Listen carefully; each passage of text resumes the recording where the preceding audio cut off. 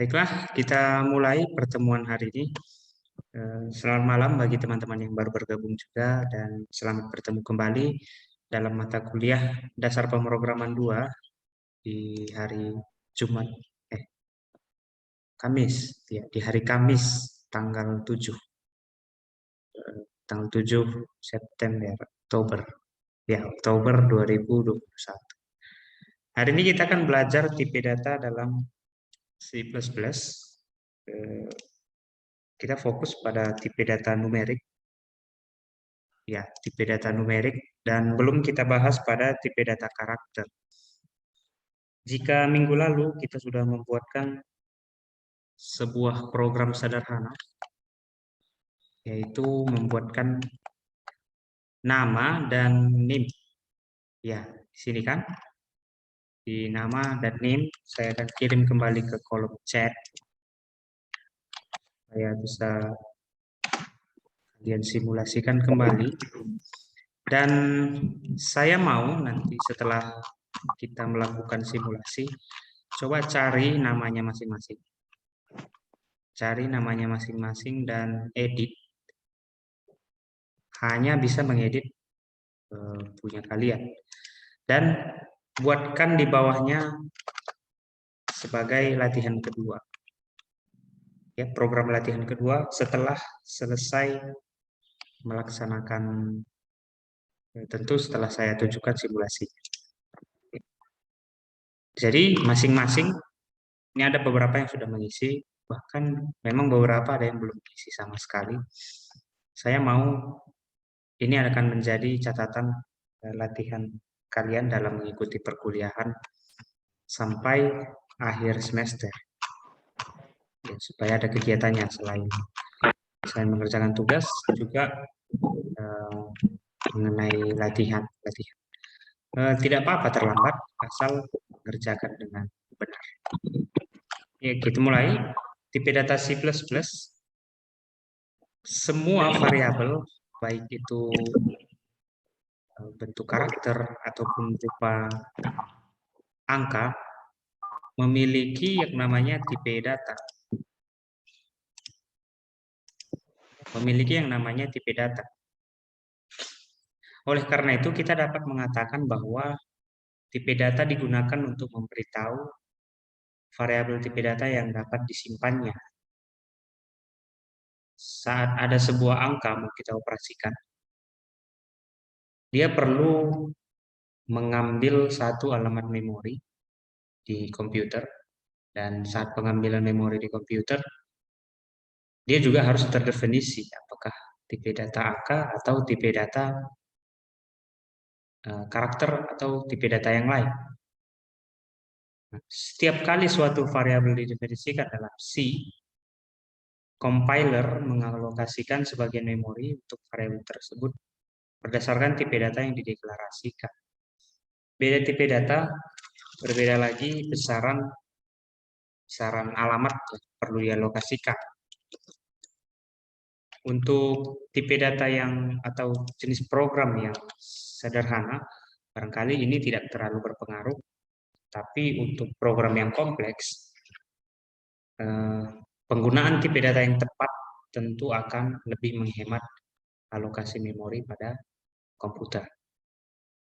Beberapa tipe data, ada primary, derived, dan terakhir ada user defined. Di pertemuan ini kita bahas primary aja, itu pun belum semua kita bahas. Masih berbentuk integer dan floating point. Itu bilangan bulat dan bilangan desimal. Derived dan user defined kita bahas di pertemuan-pertemuan berikutnya. Derived itu termasuk ke dalamnya bentuk fungsi, dari bentuk array, pointer, dan reference. Sebenarnya untuk pemrograman kedua, topik pembahasan kita dimulai dari pointer atau array. Sehingga di pertemuan ketiga atau pertemuan keempat, kita seharusnya sudah membahas kelas. struktur, union, dan terakhir type def. Akan tetapi bentuk atau gambaran dasar dari tipe C++ pun barangkali belum semua terlalu familiar dengan bahasa C++. Jadi saya generalisasi saja. Kita mulai dari yang paling dasar dulu dalam bahasa C++. Jadi kalau ada yang sudah terlalu biasa, misalnya membuatkan bahasa C++, boleh lanjutkan aja ke tipe data array, ya, pointer, reference, dan atau boleh user define untuk kelas, struktur, dan lain-lain. Di pertemuan ini kita mau melihat integer dan floating point. Kita lanjutkan. Jenis data utama dalam C++ dibagi menjadi 3 jenis. Ada primitif, tipe data turunan, tipe data abstrak, dan ini tipe data yang sebelumnya, primary, verified, dan user defined. Saya akan mau langsung lanjutkan ke tipe data sini, integer, dan tadi karakter belum ya. Kita mau integer dan satu lagi floating point. Setiap dari jenis data itu memiliki batasan. Ada batasannya setiap bilangan. Misal dalam sebuah kalkulator pun itu kan ada batasan angka. Pada batasan tertentu, kalkulator tidak akan bisa menjumlahkan atau bahkan mengoperasikan bilangan-bilangan lagi. Nah, begitu juga dengan tipe data. Untuk tipe integer itu batasannya dari berkisar minus berapa lagi? Minus 21 miliar. Minus 21 miliar sampai 21 miliar. Nah, di luar dari sini cenderung menggunakan angka acak. Tidak akan tepat lagi hasil operasi aritmetika yang kita laksanakan. Kalau mau yang lebih tinggi lagi, ada penambahan kata-kata long, ada kata-kata double dan lain-lain supaya melebarkan dari kisaran kisaran angka yang mau kita operasikan. Begitu juga untuk memori. Ruang memori yang dipakai data integer, setiap jalan itu akan memakan memori sebesar 4 byte. Sekali jalan, 4 byte. Sangat kecil untuk program yang paling sederhana. Floating point untuk menyimpan nilai desimal. Kata kunci yang digunakan untuk tipe data floating point adalah float. Sama membutuhkan ruang memori 4 byte. Kelebihannya bisa menyimpan bilangan desimal. Jadi kita akan coba lihat perbandingan dari tipe data ini dalam sebuah program. Ini adalah sebuah program untuk melihat berapa banyak sih sebenarnya memori yang dipakai oleh masing-masing tipe data. Saya akan coba ambil aja programnya. Ini. Nah, sebelum itu akan ada satu teknik lagi yang mau saya bagikan. Untuk mengoperasikannya boleh dari online C++ compiler atau bisa juga menggunakan command prompt di kode blok. Itu bebas. Ini saya mau simulasikan dulu dengan gdoodle. Ideon ya. Ada juga yang menanyakan Ideon. Nggak apa-apa, itu boleh. Asalkan bisa melakukan compiler. compiler bahasa C++. Nah, setelah saya cek, ini adalah program mau melihat apakah seberapa besar sebenarnya memori yang dipakai setiap tipe data. Nah, coba perhatikan di sini. Yang mengakhiri dari sebuah program adalah tanda titik koma. Nah, meskipun ini enter, tapi dalam bahasa C++ ini kan dibaca satu baris. Nah, bahkan compiler akan selalu lihat tanda titik koma, apakah satu statement itu berakhir atau tidak. Saat saya execute, oke, sudah keluar ukuran tipe karakter 1 byte, ukuran tipe integer 4 byte, ukuran tipe float itu juga 4 byte. Nah, ini adalah alokasi memori yang diperlukan oleh masing-masing tipe data. Oke, dan kita akan coba kembali. Sekarang saya akan coba dari kode blok.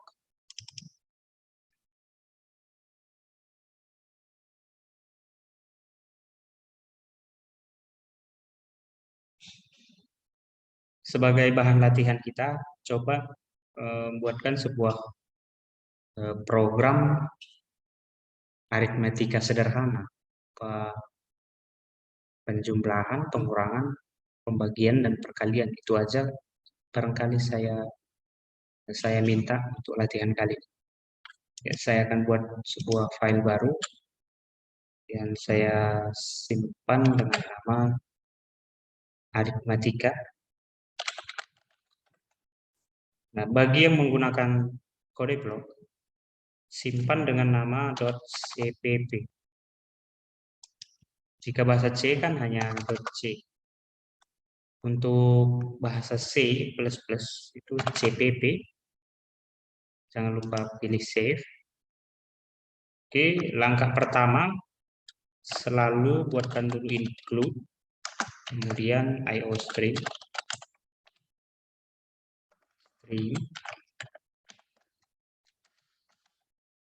ada main, dan ada tanda kurung, gitu kan? Nah, jika mau mencetak, selama ini kita buatkan std code, kemudian kita buatkan teksnya hello. Selama ini kan begini kita. Baru membuatkan baris baru endl atau std endl. Ya. Ini untuk mencetak kan. Kita compile.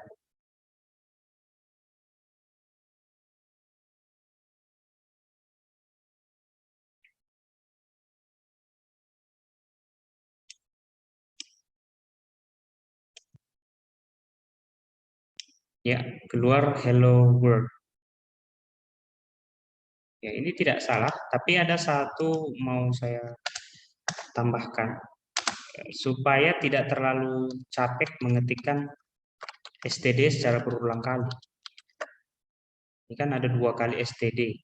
Jadi, std ini bisa kita hapus. Ini bisa kita hapus. Jadi cukup langsung perintah code dan perintah endline endl dengan menambahkan perintah namanya using namespace std. Jadi perintah std tidak perlu kita ketikkan setiap mau mencetak, mau membuat baris baru, mau masukkan data, tidak perlu lagi. Nah, cukup tambahkan using namespace std dan saya coba run. Nah, sama aja, tidak ada pesan kesalahan dan lebih efektif menurut saya ya. Jadi ini adalah sebuah teknik baru dalam menuliskan bahasa C++. Jangan lupa buatkan using namespace std. Ya, using namespace std.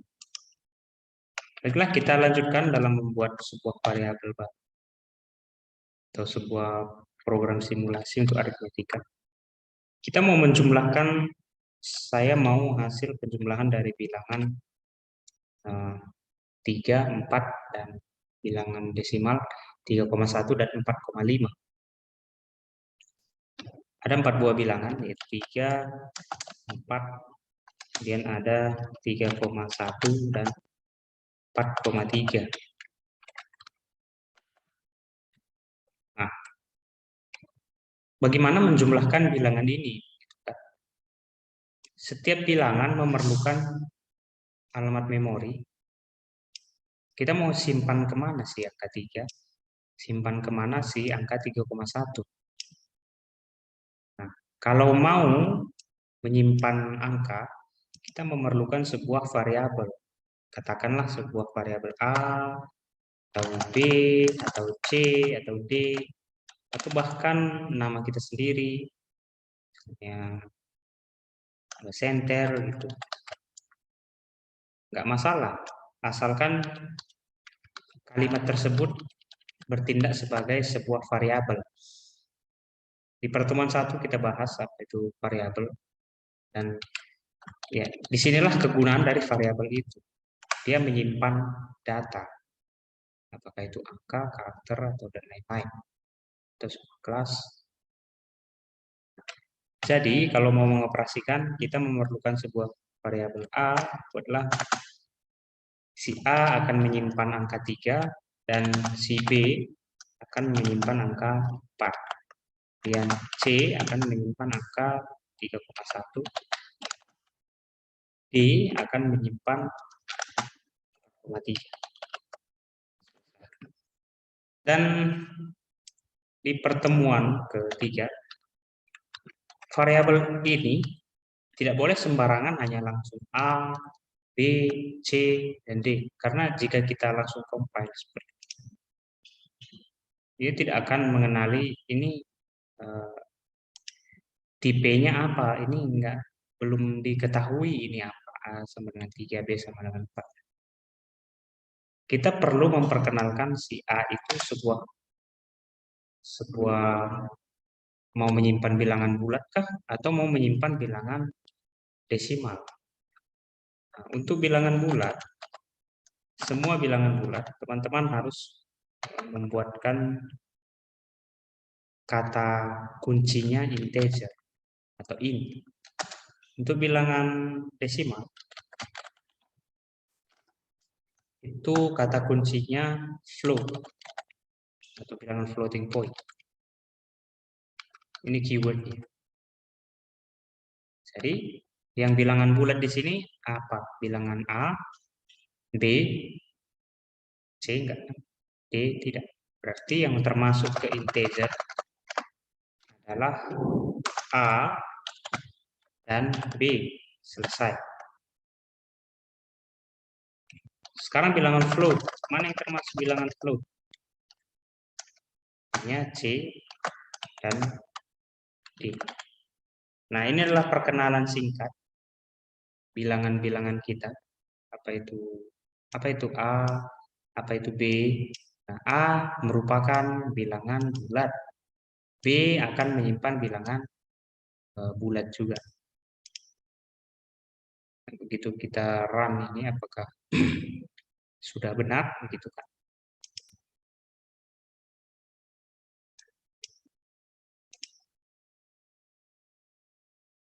Ya, sudah benar, program kita jalan, tapi barangkali belum menampilkan hasil apa-apa.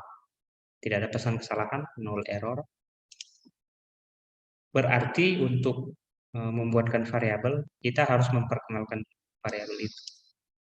Tipe data apa? Inilah namanya tipe data. Oke, sampai di sini semua paham apa itu tipe data? Paham, Pak. Ya. Atau kita juga bisa membuatkan angkanya langsung di perkenalannya.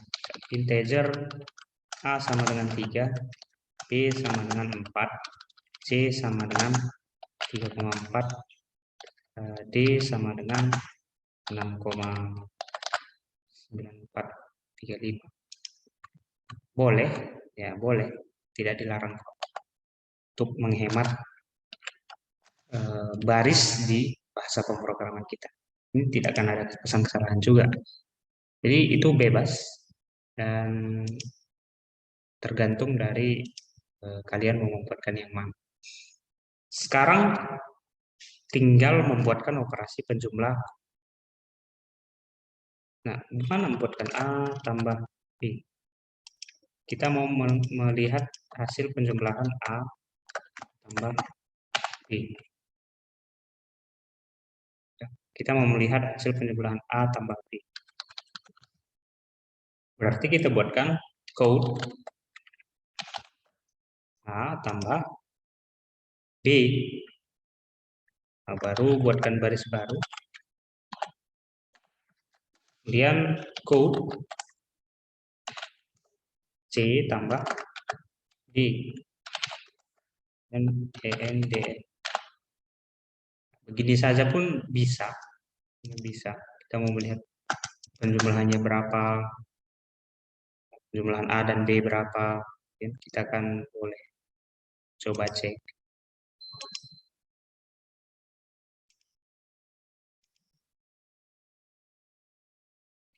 Nah, ada 7 dan 10,3435. Ya, boleh. Mau melihat operasi penjumlahannya. Atau cara yang lain, kita mau membuatkan sebuah variabel. Katakanlah dia jumlah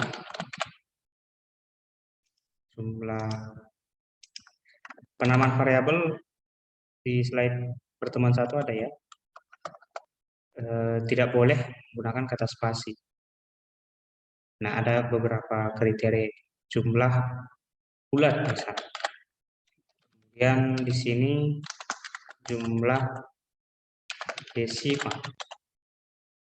Nah, jadi saya membuatkan jumlah bulat itu sama dengan A tambah B. Jadi jumlah bulat nanti adalah hasil penjumlahan A tambah B, kemudian jumlah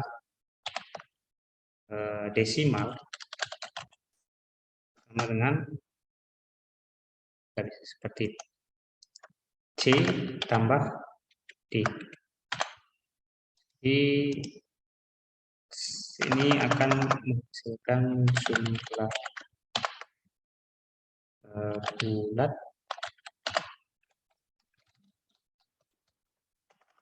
menghasilkan jumlah kita cek ya. Ya, bisa juga seperti itu. Nah, semua hasil penjumlahan akan disimpan ke variabel baru. Dan jangan salah, jangan sampai salah. Karena jika salah tipe data, ini akan membuat pemotongan dari bilangan itu sendiri. Salah.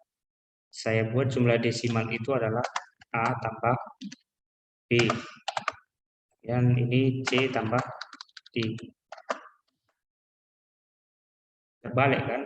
Jumlah bulat hasilnya adalah integer, padahal yang mau dioperasikan adalah bilangan desimal. Nah, apa yang akan terjadi? Kan ada pemotongan angka. So, perhatikan, jadi 10 yang harusnya 10, sekian. Nah, begitu juga dengan jumlah 3 tambah 4 tidak ada masalah ya, tidak ada masalah. Karena sejatinya itu adalah bilangan desimal. Yang bahaya dari bilangan desimal menjadi bilangan bulat, terjadi pemotongan angka. Jadi harus disesuaikan dengan tipe datanya. Nah, berikutnya saya hapus saja. Jadi bebas mau menggunakan metode penjumlahan yang bagaimana. Yang menurut kalian gampang. Saya mau menghasilkan sebuah hasil penjumlahan dan pengurangan yang mana nanti hasilnya Jangan hanya angka aja, saya mau buatkan hasil penjumlahan dari misalnya 3 dan 4 adalah 7. Kemudian saya mau cek lagi hasil penjumlahan dari 3,4 dan 6, sekian-sekian itu adalah sekian. Begitu juga dengan hasil pengurangan. Saya mau menampilkan hasil yang seperti ini. Nah, apakah manual saya buat? Apakah nilai-nilai ini harus saya ketik? Nah, caranya yaitu cara pertama tadi, A tambah B ini menjadi C tambah D. Perhatikan, kita telaah satu persatu hasil penjumlahan dari. Berarti kita mau mencetaknya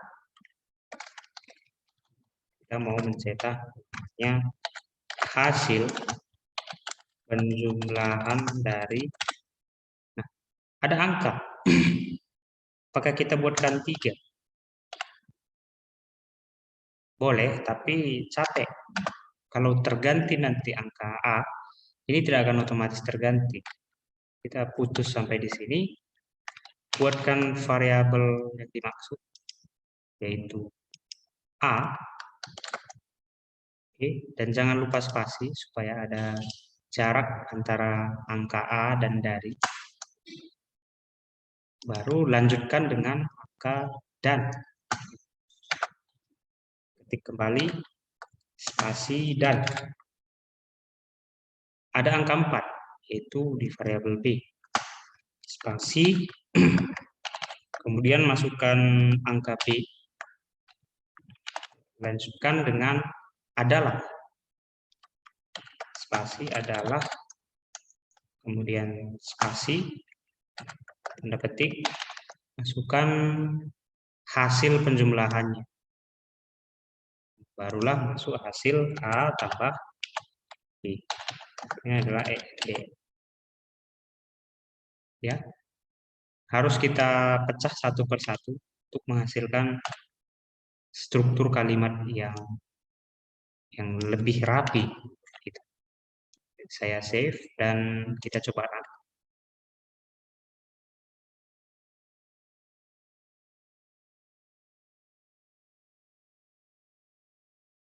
Nah, hasil penjumlahan dari 3 dan 4 adalah 7. Meskipun dalam hal ini kita berganti angka A menjadi 300, 3.300, kemudian ini minus sekian, ini kan. Setiap kita run, angka dalam kalimat itu akan otomatis terganti, tidak perlu kita manual mengetik. Nah, hasil penjumlahan dari 3, 3, 2, 4, 5. Gitu dia caranya. Untuk yang float, saya rasa tidak terlalu susah. Tinggal kita copy dan tinggal mengganti A menjadi C. Ini menjadi D. C tambah D. Hasil penjumlahan dari. Nah, selesai. Hasil penjumlahan dari 3,4 dan 6,9435 yaitu 10, sekian. Mau dilakukan dengan pembagian? Ya, nggak masalah. Nggak masalah. Hanya tinggal copy paste yang awal tadinya agak susah. Hasil perkalian. Ya, perkalian. Kemudian dari A, B, dan C. A kali itu dan tanda asteriks. Hasil perkalian. Ini juga memakai tanda asteriks. Kita coba run.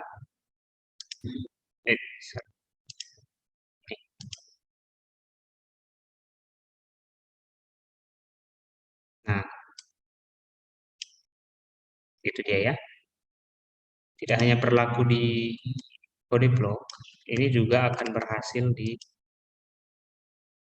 compiler online-nya kok. Jadi nggak ada perbedaan. Nah, sama aja. Nah, sebagai catatan, jangan pernah lupa untuk menyesuaikan tipe datanya. Ada satu kasus misal, ada sebuah kasus hasil dari misal sebuah tipe data integer ini. Dan saya mau membagikan hasil pembagian. Nah, ini lebih sulit pembagian dari A dan B. Dari angka 7 dan 4. Kita tahu 7 dibagi 4. Itu A dibagi 4. Itu bukan bilangan bulat. Ya, 7 dibagi 4 itu bukan bilangan bulat. Coba kita cek. Nah, keluar hasilnya adalah sebuah bilangan bulat. Nah, apa yang terjadi di sini? Ada pemotongan berarti kan? Yang harusnya 7, berapa ya? 7,7. Ya kan? 7,725. 7,625. Pokoknya 1,625 barangkali. Nah, ini nggak boleh, ini hasilnya salah. Mau bagaimanapun, ini hanya pembulatan, bahkan angka yang di belakangnya itu dipotong. Nah, disinilah tipe data yang sesuai itu harus kita gunakan. Khusus pembagian banyak yang terkecoh karena sudah benar penjumlahan, perkalian, dan pengurangan. Si programmer cenderung lupa di hasil pembagian. Berarti di pembagian kita akan lebih aman jika menggunakan angka atau tipe data float. Jadi, khusus untuk pembagian, karena kita ada pembagian, berarti semua tipe data kita akan menjadi sebuah float. Kita membuat bagian. Itu amannya. A sama dengan, meskipun teman-teman buat 7, kemudian B sama dengan 4, nggak masalah. Meskipun dia bulat, berarti nggak bisa bilangan bulat di float. Ya, siapa bilang? Tetap bisa. Ini kan dianggap 7,0, ini 4,0. Setelah disesuaikan tipe datanya menjadi float, ini akan memberikan pesan atau memberikan hasil yang lebih baik ketimbang menggunakan tipe data integer. Jadi harus sesuai. Ya, 1,75 ya. Saya lupa, 1,725 saya. 1,75. Dalam pembulatan pun dia salah. Dia bukan dibulatkan, tetapi hanya dipotong saja. Pembulatan pun ini seharusnya 2, bukan 1. Begitu dia penggunaan tipe data, jangan salah memilih tipe data. Compiler tidak bisa memberikan pesan kesalahan logika program. Dia hanya memberikan pesan error atau ada warning terkait kesalahan sintaks, kesalahan dalam variabel. Itu boleh, program tahu di mana kesalahan. Tapi kesalahan logika program dia tidak akan pernah tahu. dalam hal ini salah menggunakan tipe data, dia tidak akan memberikan pesan warning ataupun error. Jadi hati-hati untuk programmer yang dalam hal ini memilih tipe data. Baiklah, untuk sampai pada pembuatan tipe data ini, apakah ada yang ditanyakan?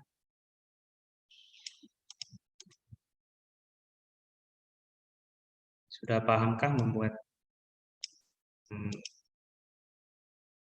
seperti ini? Jangan lupa pakai using namespace std. Dan kalau sudah paham, coba dibuka website Padlet-nya. Saya mau teman-teman buatkan sebuah program, hasilnya kira-kira begini. Hasil dari bilangannya bebas, setiap orang pasti berbeda bilangannya. Kalau ada yang sama, itu kebetulan yang luar biasa. Nah, saya mau operasi penjumlahan, perkalian, dan selisih aja. Bilangannya bebas. Dalam hal ini saya contohkan 45 dan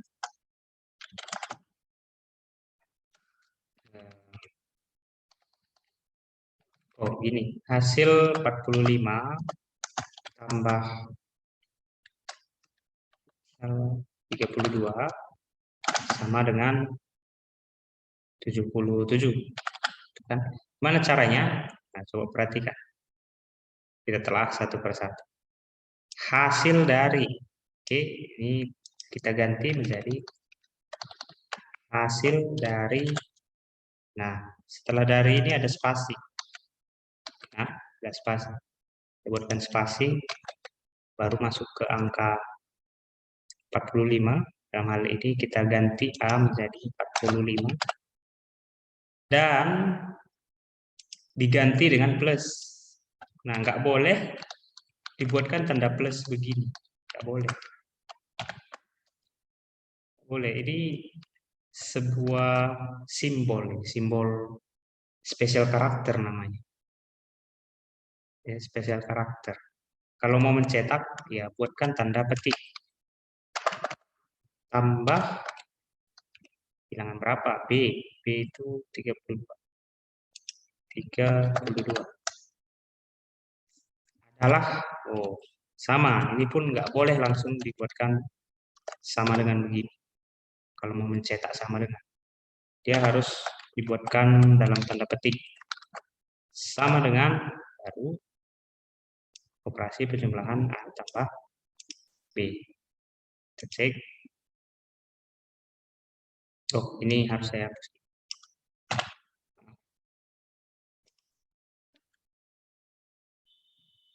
Nah, baru keluar hasil sesuai yang kita inginkan. Nah, hasil dari 45 tambah 32 sama dengan 77. Mau membuat operasi pengurangan, tinggal diganti sini dan jangan lupa di sini. Nah, oke. Jadi saya mau ada operasi penjumlahan, pengurangan, dan perkalian. Bagian boleh pembagian juga lah. Jadi ada 4. 1 2 3 4. Ya, dengan format seperti ini. Nah, kalau mau dikerjakan sekarang boleh langsung dikerjakan aja, baru buatkan ke Padlet. Ini penjumlahan, ini pengurangan.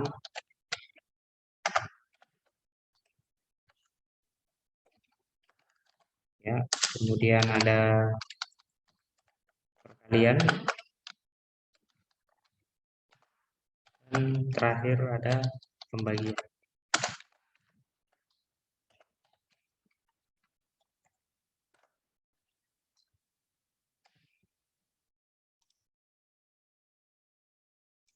Ya, formatnya seperti ini dan bilangannya yang harus berbeda-beda setiap orang.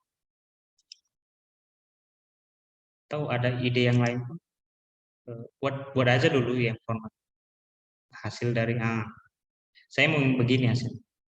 Saya mau teman-teman buat hasilnya hasil dari 45 tambah 32, 45 kurang 32.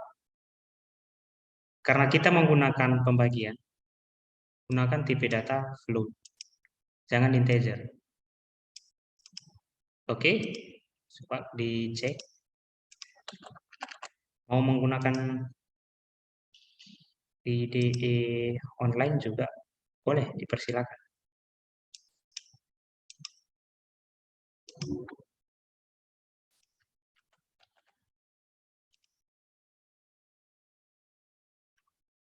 Nah, seperti ini. Kemudian letakkan karena berhasil tadi saya buat.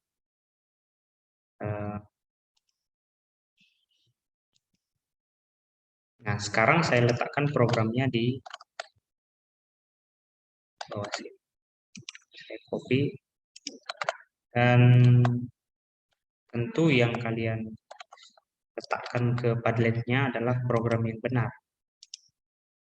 Nah, begini yang saya update.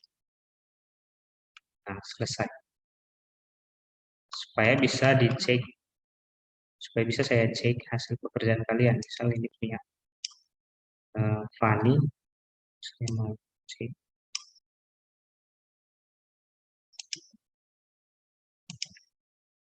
Saya mau cek apakah ini memang bisa di-compile atau tidak. Tekan.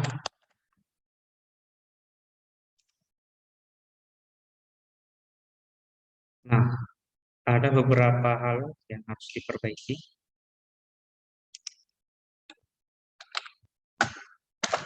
In main, kemudian std, mdl.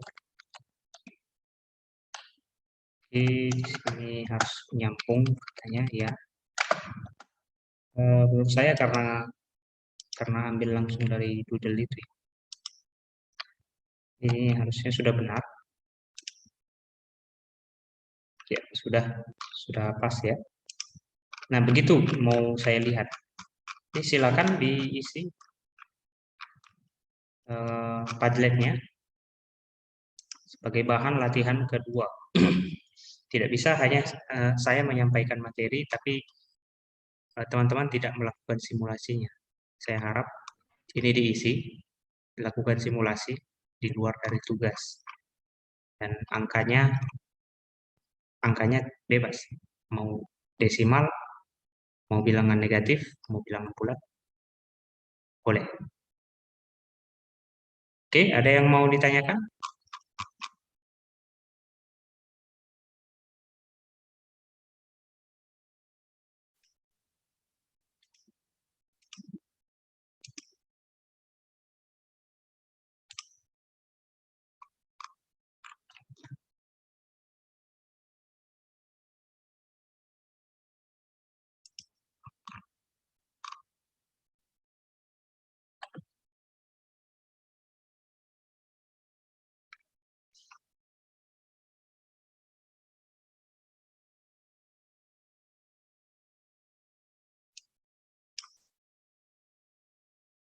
Nggak ada?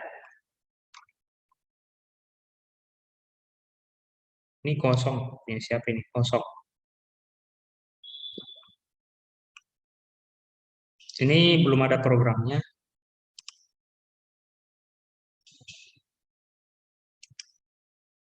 Ada programnya. Kalau kosong Padlet-nya, nanti coba dicek lagi. Barangkali koneksinya kurang kurang stabil dan ada yang mengakses juga.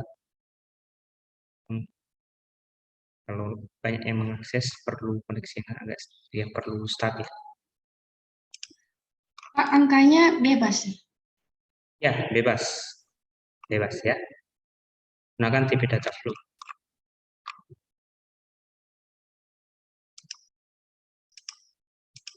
Oh ya, jangan lupa mengisi absensinya dan mengumpulkan tugas. Tugasnya saya mau ada hasil compilernya juga. Nah, atau di screenshot programnya, kemudian di screenshot hasilnya, boleh juga. Tanpa perlu diketik, kan? Tinggal screenshot, screenshot. Sejauh ini Kalau kata dibuat PDF boleh, Pak? boleh, boleh. Tapi Kerjakan. di PDF itu harus ada hasil screenshotnya ya. Hasil screenshot programnya Pak. jangan. Di Word juga Pak bisa. Boleh, kumpulkan ke Word, boleh. Baru diupload. Boleh. Nah, tidak untuk PDF pun boleh.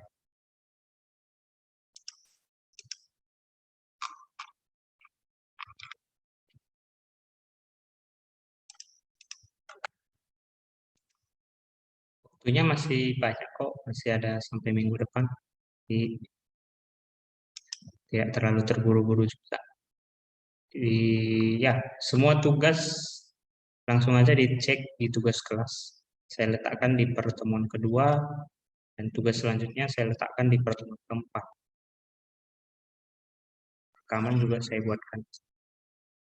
Mandiri sudah ada 10 orang yang menyerahkan informasi kelas malam.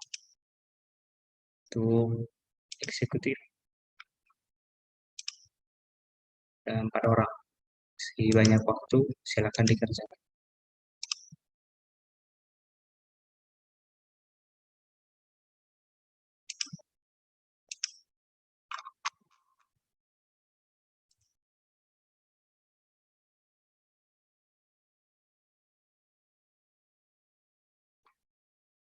Atau nantilah dicek ya, karena lagi banyak yang akses. Ada yang nggak kosong pengisiannya.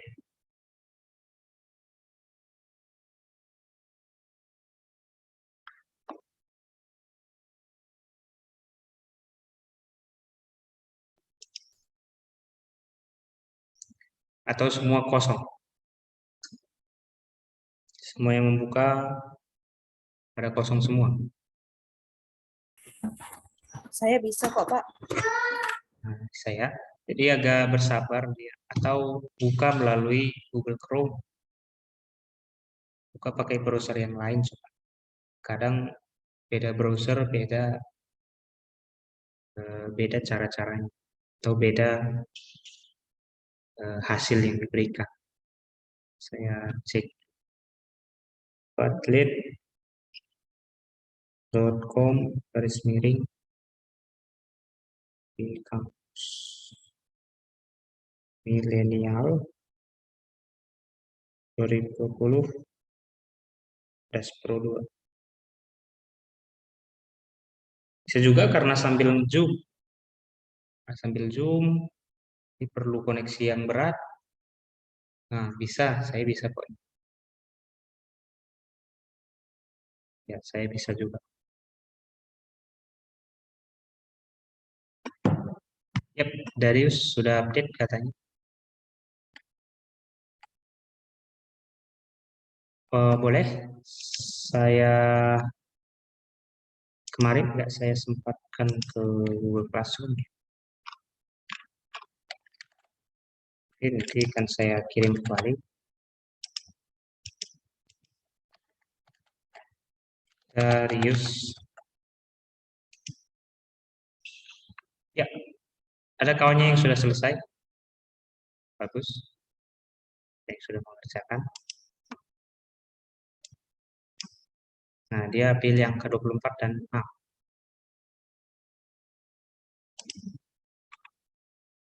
Jadi dia sudah menggunakan using namespace juga. Nah, sudah menggunakan komentar. Dan lumayan ini dalam menggunakan bahasa programasi. Sudah ada komentarnya, sudah ada IO stream, std, dan saya rasa tidak ada kesalahan. Nah, sudah 24 dan 6.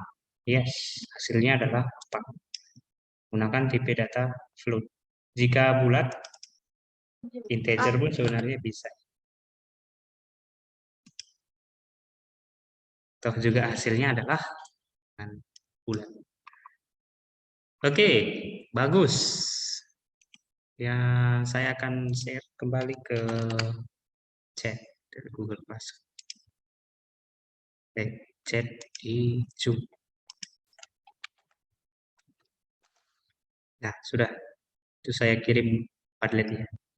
Dan Nizon juga sudah good.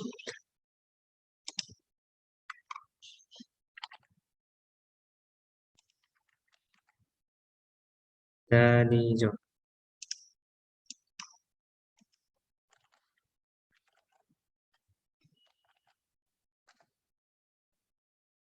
Ya, sudah selesai juga. Ini belum ada. Oke.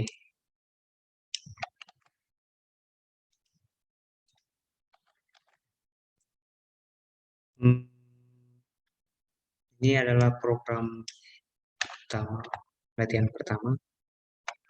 Saya delete.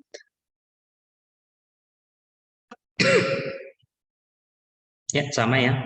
85 dan 15. Ya, sudah jalan. Bagus, sudah selesai juga. Dan hijau, Darius dan hijau. Oke, sudah.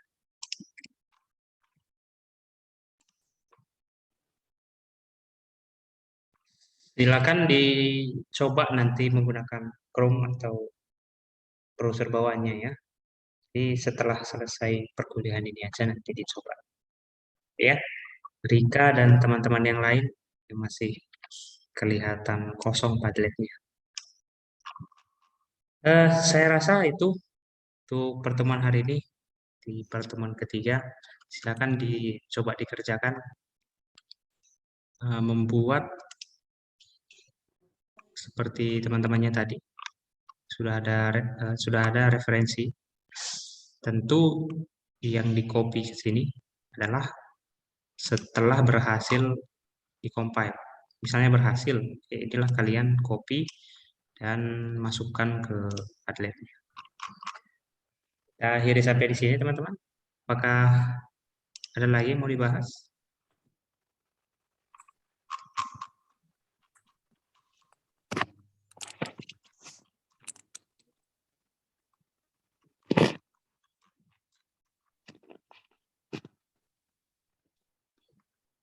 Padlet.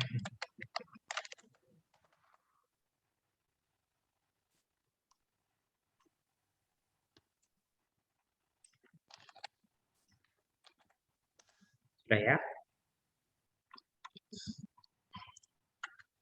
Atau nanti saya kirim kembalilah ke Classroom. Tuh, kemarin nggak saya buat.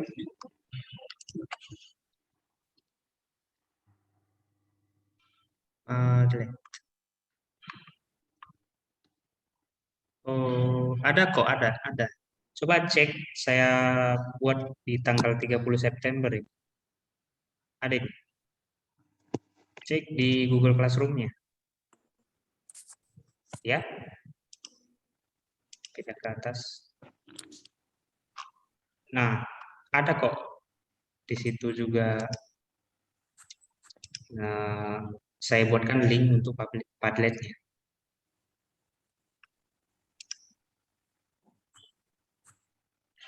Saya buatkan semua aja.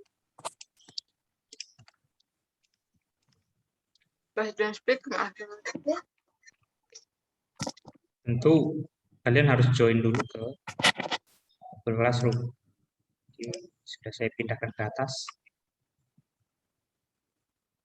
Juga saya pindahkan paling atas. Coba cek postingan paling atas di Google Classroom. Ya, kalau setelah berakhir ini kan nggak ada lagi catatannya. Ya, disinilah semua sudah saya buatkan. Ya,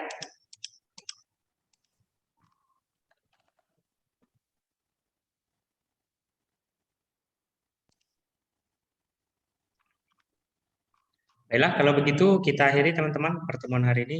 Sudah melewati batas waktu juga. Mohon maaf jika ada kesalahan penyampaian kata. Selamat belajar, selamat latihan untuk bahasa pemrogramannya, dan jumpa lagi di besok atau minggu depan untuk mata kuliah dasar pemrograman. Saya izin dan selamat malam. Malam, Pak. Malam, Pak. Malam, Pak. Malam, Pak. Selamat malam, Pak. Malam, Pak. Malam. Silakan sudah Selamat bisa live ya. Selamat Ini ya, Pak. Oke, silakan.